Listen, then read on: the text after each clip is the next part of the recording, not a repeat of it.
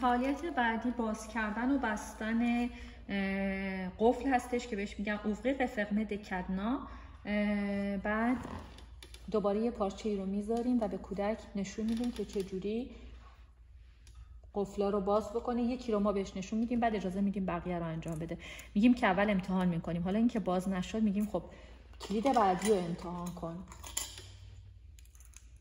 و این باز میشه و باز شدهش رو کنارش کلیدش رو قرار میدیم. بعد به کودک میگیم بعدی رو باز کن و کودک بعدی رو باز میکنه و به همین ترتیب بعدی.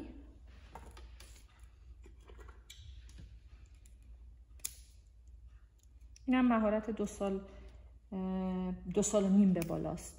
بعد که باز کرد بهش نشون میدیم چجوری ببنده قفلا رو، یکی یکی بهش نشون میدیم قفلا رو چجوری ببنده. اینا همه به مهارت‌های دست کودک کمک میکنه، حتی به اینکه کلیدا رو داره متصل میکنه به قفل‌ها، به توسعه شناختیش هم کمک میکنه، مرتبط سازی هستش و در کل مهارت‌های کودک رو افزایش میده.